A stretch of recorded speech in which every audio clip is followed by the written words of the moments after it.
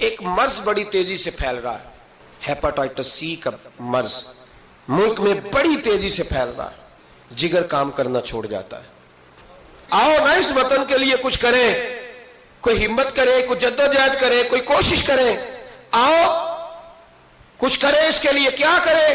اس hepatitis C کی بیماری سے لڑنے کا سب سے پہلا حل ڈاکٹر یہ بتاتے ہیں کہ پانی اگر لوگ صاف پینے لگ جائے، اگر پانی صاف ملنے لگ جائے تو ان بیماریوں میں 90% کنٹرول ہو سکتا ہے۔ یار صرف صاف پانی، لیبارٹری کے ٹیسٹ کے مطابق جو بڑا مہنگا بور بھی ہے وہ بھی لاکھ روپے سے نیچے ہے۔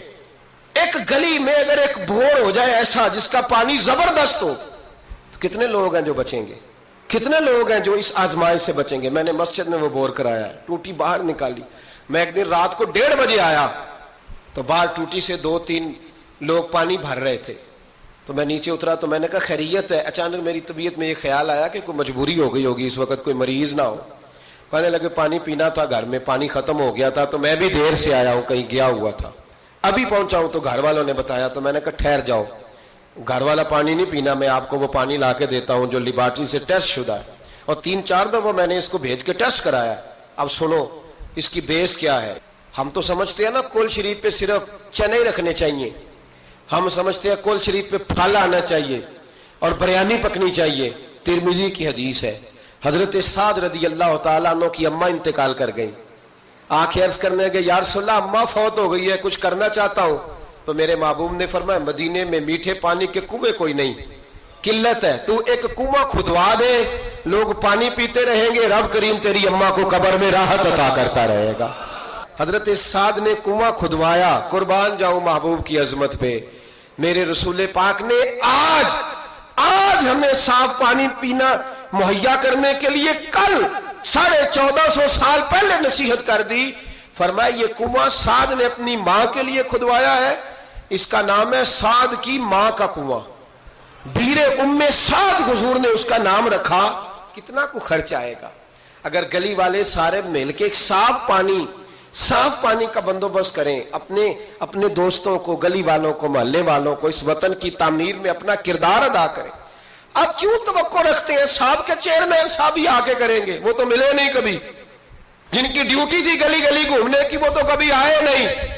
یہ آپ کے چیئرمین، آپ کے ایم این اے، آپ کے ایم پی اے، یہ اتنی بلندی عظمت کردار نہیں رکھتے کہ یہ آئیں گے، ان کے پاس کہاں وقت ہے گلیوں میں گھومنے کا۔ اصل لوگ تو وہ تھے کہ 24 لاکھ مربع میل کے حکمران جناب عمر فاروق، لیکن چہرے پہ کپڑا ڈال کے ساری رات مدینے کی گلیوں میں گھومتے تھے، ہر دروازے کا خیال رکھتے تھے۔ پر کیا کریں، کس کو سمجھائیں، لوگ اپنی مرضی کرتے ہیں۔ آج میں عزم نو کی بات کر رہا ہوں، میں پاکستان کی تعمیر کی بات کر رہا ہوں۔ پہلی بات یہ کہ اس سے پیار کریں، دوسری بات یہ اس کی صفائی کریں، تیسری بات یہ یہاں درخت لگائیں، شجرکاری کریں، اس کو سرسبز کریں، چوتھی بات یہ کہ دیکھیں ہم کتنا کردار ادا کر سکتے ہیں، کسی کو کم از کم صاف پانی مہیا کر دیں۔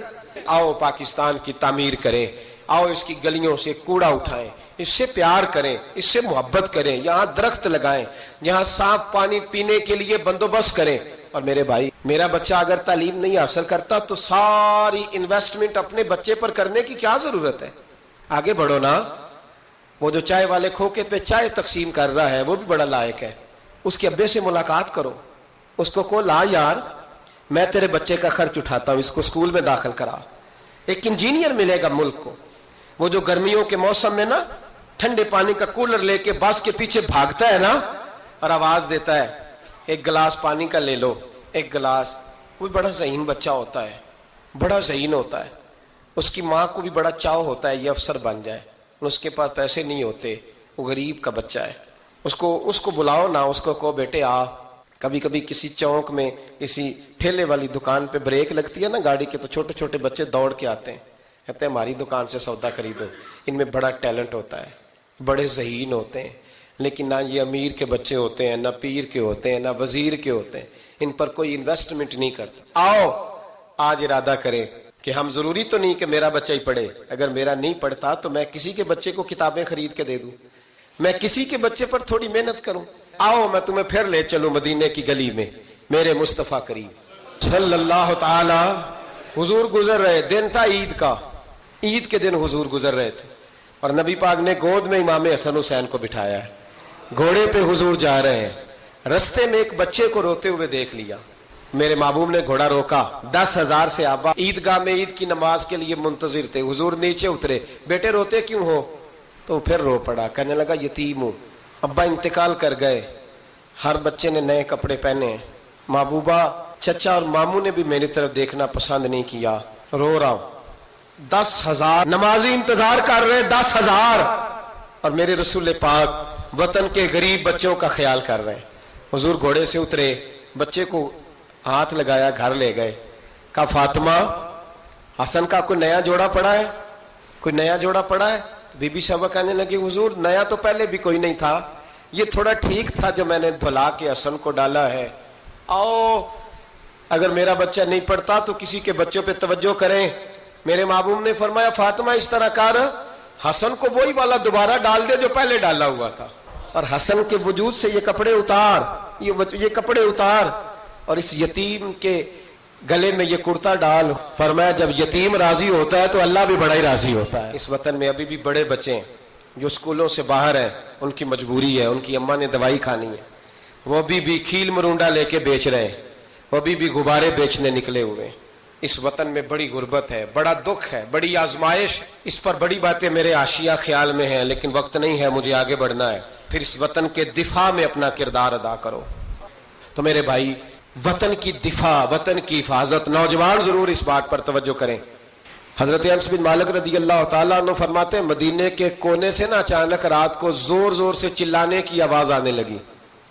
جب رات کو کوئی ایسا دھماکہ ہوتا ہے نا تو لوگ ایک دوسرے کو جگاتے ہیں، کہتے لوگوں نے ایک دوسرے کو جگایا، اب نوجوان اکٹھے ہو گئے، بزرگ بھی، کہ وہاں سے شور کی آواز آتی ہے، کچھ چیخ رہا، نیزیں، تلواریں اور برچیاں، ہر چیز لوگ سنبھال کے اسلحہ تیار کر کے پروگرام بنانے لگے کہ نوجوان آگے جا کے دیکھتے ہیں، بزرگ پیچھے رہتے ہیں، دیکھتے ہیں وہاں کیا ہے، مدینے کی حفاظت کرتے ہیں، کون آ گیا، کیا مسئلہ ہے؟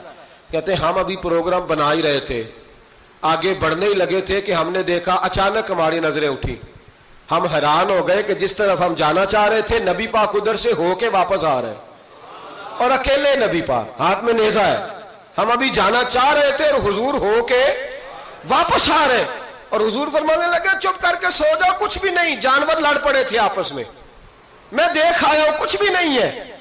حضرت انس بن مالک فرماتے ہم غور سے حضور کا چہرہ دیکھنے لگے، اور پھر ہمیں سمجھ آئی کہ مصطفیٰ کو اس وطن کی حفاظت کا کتنا خیال ہے۔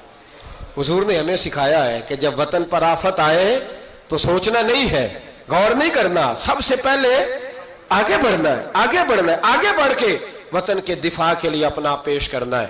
پاکستان سے پیار کریں، پاکستان کا کوڑا اٹھائیں، پاکستان کی مٹی سے پیار کریں، پاکستان میں درخت لگائیں، پاکستان میں غریبوں کی مدد کریں، جو بچہ محلے کا غریب سکول نہیں جاتا محلے دار مل کے حفاظت کریں، اس بچے کو سکول میں داخل کرائیں، بچوں کے اچھے مستقبل کے لیے جدوجہد کریں، صاف پینے کا پانی مہیا کریں، ہمارا وطن ہے، ہمیں اس کو آگے لے کے چلنا ہے۔ 14 اگست پہ یہ پیغام ہے، یہ میسیج ہے کہ تھوڑا تھوڑا کر کے اس وطن کی تعمیر میں اپنا کردار ادا کریں، اس کی گلیوں کو سجائیں سواریں، کبھی سڑک پر ریپر نہ پھینکیں، کبھی شاپر نہ گرائیں، کبھی کسی گندگی سے اس وطن کو آلودہ نہ کریں۔ میرے عرب کو آئی ٹھنڈی ہوا جہاں سے، میرا وہی وطن ہے، میرا وہی وطن ہے۔ اقبال کہا کرتے تھے کہ حضور کو یہاں سے ٹھنڈی ہوائیں آئی ہیں، اس وطن کے لیے اپنا کردار ادا کریں۔ دیکھیں آپ اور میں کیا کر سکتے ہیں، وہ سارا کچھ کریں۔ میری گزارش ہے کہ کم از کم 5 بچے پڑھانے کا عہد کرے ایک بندہ، ان کا تعلیمی خرچ اٹھا سکیں، تب کتابیں لے کے دے سکیں، تب کوشش کریں کہ 5 بچے کم از کم۔ ہو سکتا ہے ایسا؟